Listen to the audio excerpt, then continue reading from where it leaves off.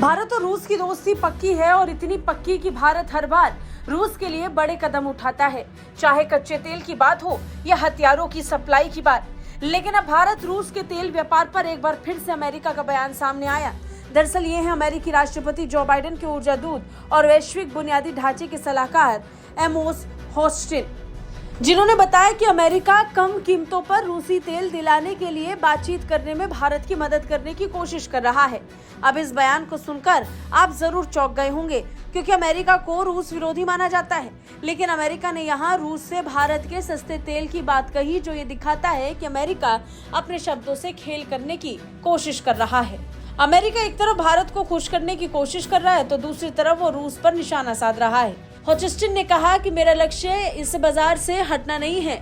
मैं इन टैंकर्स और क्रूड और उत्पाद को बाजार से बाहर लेने के बारे में नहीं सोच रहा हूं। मैं टैंकर्स को अलग दिशा में ले जाने के लिए मजबूर कर भारतीयों को बेहतर कीमतों पर बातचीत करने की कोशिश कर रहा हूं।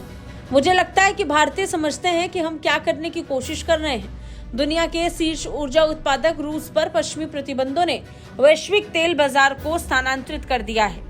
इस कारण रूस को यूरोप में पारंपरिक ग्राहकों से दूर भारत और चीन में नए ग्राहकों को तेल बेचने पर मजबूत होना पड़ा।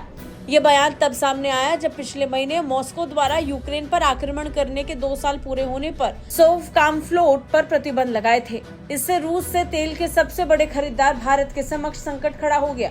वैसे इस बयान को सुनने के बाद आपको ये तो समझ आ गया होगा कि अमेरिका किस तरह से जल रहा है। अमेरिका को अच्छे से पता है कि भारत जिधर खड़ा होता है दुनिया उसी तरफ खड़ी होती है।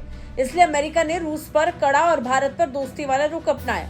बता दें, चीन और अमेरिका के बाद भारत दुनिया का तीसरा सबसे बड़ा तेल आयातक देश है। कई पश्चिमी देशों की ओर से रूस पर प्राइस कैप और वित्तीय प्रतिबंध लगाने के बावजूद भारत रूस से भारी मात्रा में तेल खरीद रहा है। रूस पर प्रतिबंधों की वजह से कई देशों के साथ उसके व्यापार ठप पड़े हैं। ऐसे में भारत ने मौके का फायदा उठाते हुए कम दाम पर तेल लेना शुरू किया है। शुरू में नाटो समेत पश्चिम देशों ने इसकी जमकर आलोचना भी की थी, लेकिन भारत पीछे नहीं हटा। भारत ने अपने इरादे को साफ करते हुए कह दिया है कि जहां से भी अच्छी डील मिलेगी वहां से वो तेल खरीदेगा।